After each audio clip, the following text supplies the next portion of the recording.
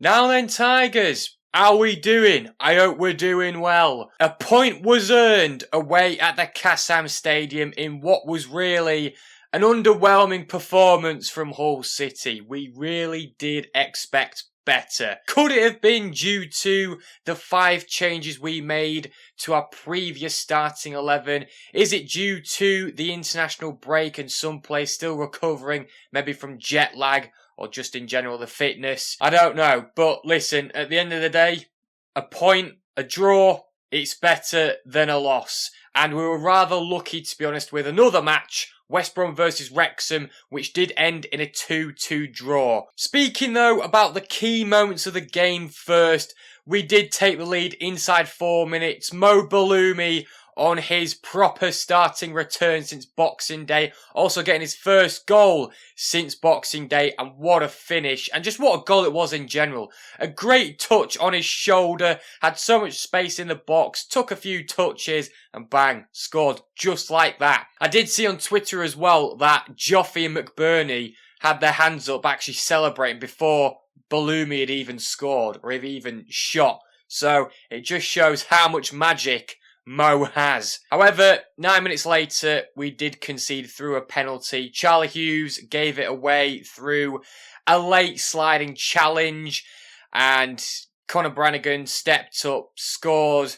It's just one of them, you can't really do a lot about it, but it really could have been prevented. Oxford really had the better chances and the bigger chances in the match, really. I think they did come close on a few occasions where either Phillips did a good job or the defence did just enough. Or we did just get lucky on a few occasions because there was quite a few times where a man was just simply unmarked or no one was following the runners. That was one thing in the game which really annoyed me, both from, I guess, the midfielders and the defenders. In the first half, we did have a good opportunity, which I think Kyle Joseph could have taken better. Joffrey plays a nice ball into him on the left-hand side. Joseph's got a bit of space and he decides to take the shot on first time with his left foot. Keeper makes sort of an easy stop, I guess, but I do think if Joseph just took a touch first and then shot, it really would have been a better chance for him to score. And the only real better chance from that we did have, I guess, in the second half was, I think Crooks just sort of blazed his shot over the bar. It was a good opportunity. I think McBurney did well to kind of keep it down with a header to at least lay someone off. It was just a shame we couldn't really do anything from it, but the second half just really wasn't great, to be honest. It was kind of almost all Oxford, and we really need to improve when it comes to the next game where we face top of the league Coventry, and that is going from different ends of the table, from Oxford at the bottom to Cov at the top. Looking at the stats as well, I mean, their XG, I'm really not surprised it's higher. I know a lot of it will be due to the penalty, but just some other chances they had. I think they came close really to a header from about 4 yards away from goal. Phillips was doing well, to be fair, in goal. I mean, it's his first league start, and he didn't do a bad job, to be fair. I think he actually did come quite close to saving the penalty that Brannigan scored. And he made, I think, 3 saves, if I'm not mistaken, so he did do a decent job. I think it was just more defence were really shaky in the midfield, just... Again, as I said before, they weren't really tracking the runners to kind of support the defence. We had plenty of possession through that game, but we just didn't use it very well. We did give the ball away cheapishly sometimes, especially whether we were just passing with it or dribbling with it. Yeah, I still have a good feeling we can maybe get something against Cov, but I don't know. We'll just have to wait and see. Now, match ratings. This is where it will get interesting as to what I'm going to give, because at the moment, as you see on your screen, this one will be by FootMob. What I'm basing, I guess, the ratings off. So, starting in goal, Dylan Phillips has been given a 7.8. And honestly, I would agree with that. I would have probably gone an 8, to be honest. I think, really, he's never been a keeper that we've wanted to have on the pitch. I know a few Pandor haters want him to start instead of Pandor because, again, his distribution is not great. Phillips' distribution... It was great. It was. I mean, he was just it was more just quickly releasing the ball when he had. It was just sort of, as soon as he received the ball, it was quickly to release it and just pass it to one of the defenders or get it up the pitch. And I think that's the thing with Pandor is that he's very slow at doing that. And that's why so many fans, I guess, are quite frustrated in terms of his distribution. Although sometimes he really just can't kick a ball. But yeah, Phillips, I think in terms of a shot stopper as well, didn't do bad in this game. Made some very key saves. And here's the thing with Phillips, is that he's not great of a shot stopper. And you can see that through, I guess, the previous games he's had with Hull in the Cup, as well as when he's played with different clubs like Watford, Rotherham, for instance. He's not that great of a shot stopper keeper usually, but for this game, he wasn't too bad. For the defence, we've got Cody Drameh that's been given a 7.9. I did think he had a good game. I think out of the defenders, along with Semi Ajayi, Charlie Hughes, and Louis Coyle that started, I think really him and Ajayi were probably the best defenders in that game. He's been given a 7.9. Yeah, I would have given it a 7.5 is what I was kind of thinking to rest in my head. I think really it's just the same every game. He's just great in terms of trying to give Hull City something going forward, and he's not too bad going back as well. He tries to track back as quick as he possibly can, even when he's on the other end of the pitch. Defensively wasn't too bad, really kind of kept the left-hand side a bit quiet. Semi Ajayi got the assist for Baloumi's goal. It was a good assist as well, to be fair. I didn't think he would start. I thought Egan would start instead, but I wasn't against it. Yeah, I mean, he's been given an 8.6 on FootMob. Sure thing, you know, I probably would have said an 8 because defensively, again, we were shaky. And I don't just want to say that Ajayi was the only one that was kind of shaking the defence. I think everyone was in some way. I just think he was probably the most solid centre-half, though, out of the bunch. I think his defensive awareness when it comes to the opposition making runs into the box, he just doesn't seem to scout them out well enough, which is the only real concern I always have with Ajayi with his defending. But he was solid overall, and what a ball it was as well to Baloumi before he ended up scoring. So yeah, Ajayi, I'll just end up giving him an 8. Charlie Hughes, I've seen a lot of hate go towards him, and I've seen a lot of people saying, oh, he shouldn't start the next game against Coventry because he's been terrible for weeks. Terrible for weeks. I know he wasn't great in the match against West Brom, obviously because he did get sent off. I know he wasn't particularly great in this match. Obviously, he missed the Sheffield Wednesday game. But come on, I think the hate is far too forced, in my opinion. I mean, when you looked at the game against Wrexham, he was great in that game, in my opinion.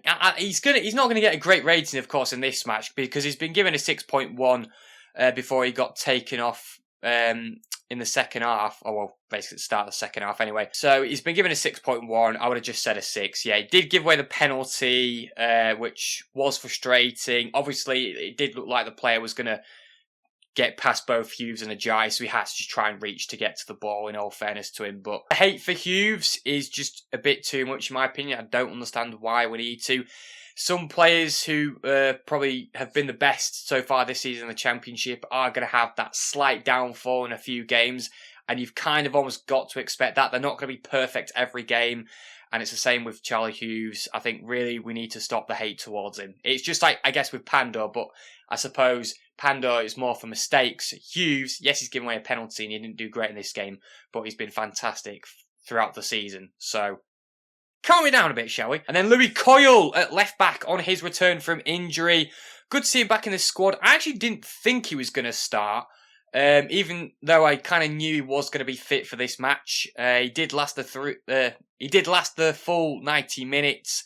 I did think it was going to be McNair starting, but I guess when it was said that there was a slight problem with his hips, I thought, makes sense that Coyle does start, and he will die for the badge. He will die for Hull City. That's how much of a workhorse and just a great role model he is to the team.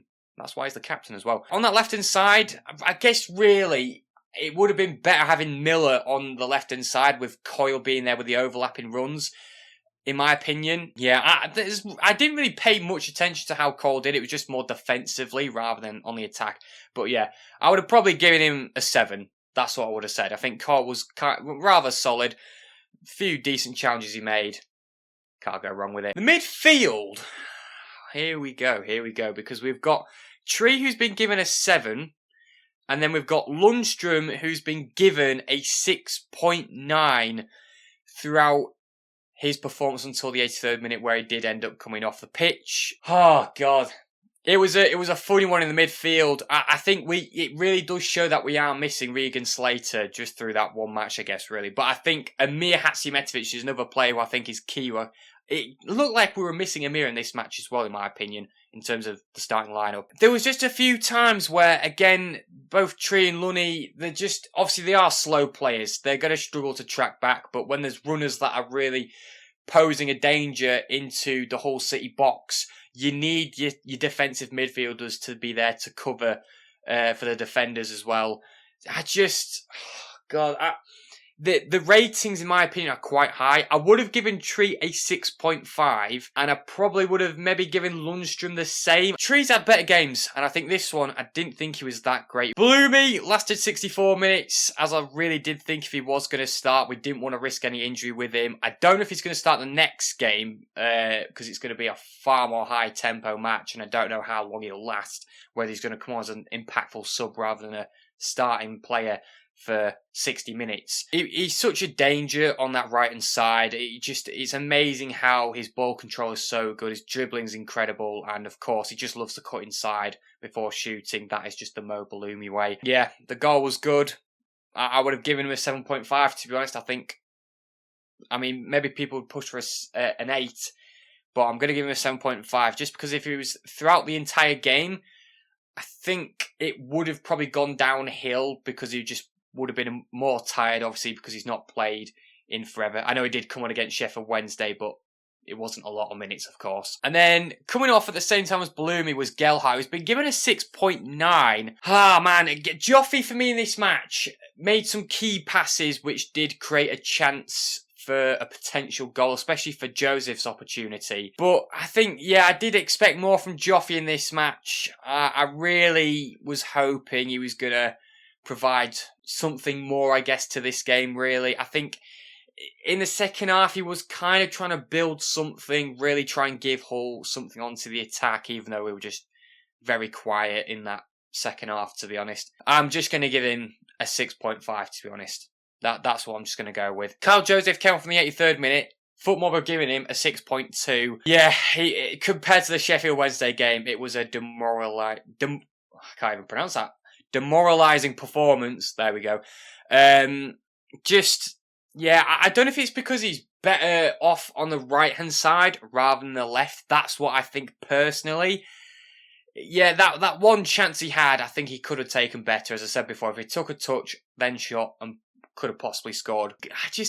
Throughout that match, just wasn't really that great. And I can't, when I was thinking about what's the first rating I could give Joseph for this game, it was honestly a 6. I just think, really, compared to previous games where he's shown a lot, especially down that right-hand side, the left-hand side is very inconsistent. He doesn't always have his best performances there, but he always seems to maybe make a goal involvement or show something down that left-hand side. He's still a workhorse. Yeah, this game worked great. I'd just give Kyle Joseph a 6. Hopefully he's going to improve when it does come to the next match. And then finally, McBurney up front with a 6.6 rating from Footmob. Again, it's one of them really where he was quiet in this match, and he's kind of been like that with a couple of games where he's just not shown any real threat, I feel. I mean, again, from what I really saw, apart from that chance where he sort of headed it back to Crooks before he shot it, kind of just skied a bit over the bar. Wasn't really anything much from McBurney.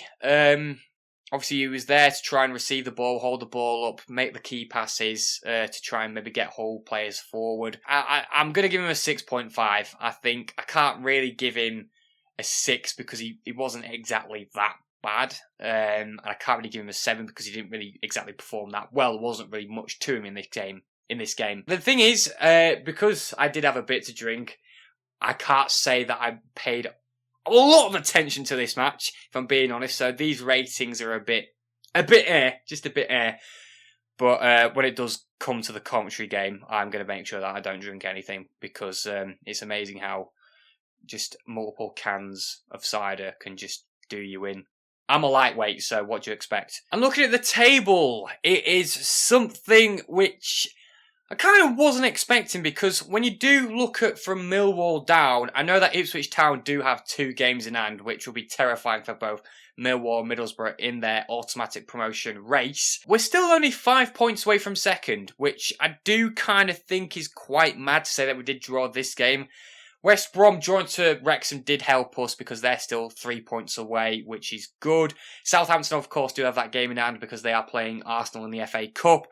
And I believe Wrexham and Southampton do play each other some point soon. I think through either next week or the week after. I can't remember off the top of my head. We're a team that doesn't often draw, so I guess it doesn't kind of surprise me if we will get a few draws coming to the end of the season. It's just hoping we can pick up 3 points in certain matches as well to try and solidify our place in the top 6, which hopefully that will be the case. And yeah, speaking of our next game, of course, against Coventry, it's going to be a tough one on Monday night for Easter Monday.